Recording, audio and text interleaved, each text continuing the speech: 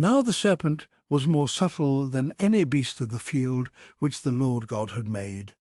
And he said unto the woman, Yea, hath God said, Ye shall not eat of every tree of the garden? And the woman said unto the serpent, We may eat of the fruit of the trees of the garden. But of the fruit of the tree which is in the midst of the garden, God hath said, Ye shall not eat of it, neither shall ye touch it, lest ye die. And the serpent said unto the woman, Ye shall not surely die, for God doth know that in the day ye eat thereof, then your eyes shall be opened, and ye shall be as gods, knowing good and evil.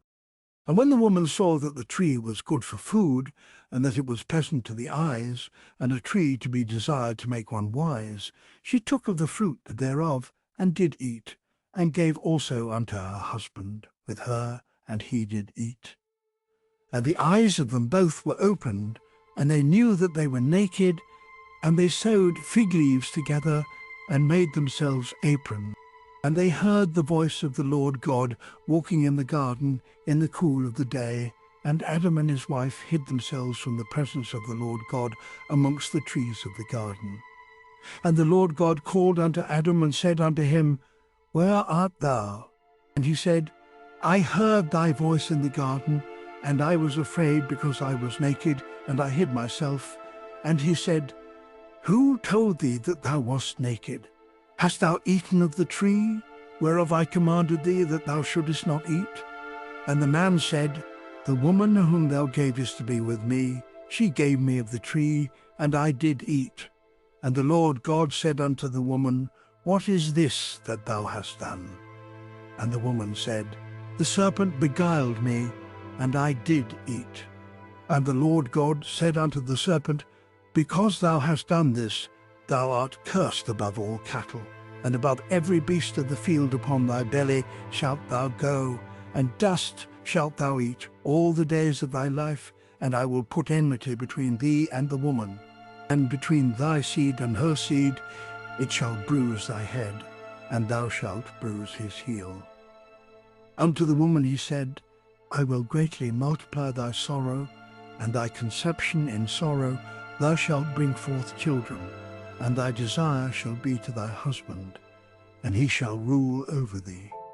And unto Adam he said, Because thou hast hearkened unto the voice of thy wife, and hast eaten of the tree of which I commanded thee, saying, Thou shalt not eat of it, cursed is the ground for thy sake, in sorrow shalt thou eat of it all the days of thy life. Thorns also, and thistles shall it bring forth to thee, and thou shalt eat the herb of the field.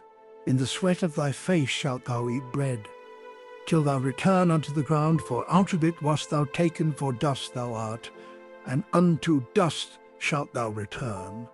And Adam called his wife's name Eve, because she was the mother of all living. Unto Adam also and to his wife did the Lord God make coats of skins, and clothe them.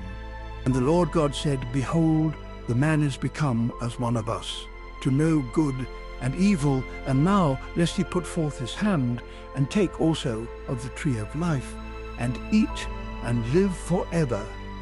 Therefore the Lord God sent him forth from the Garden of Eden, to till the ground from whence he was taken.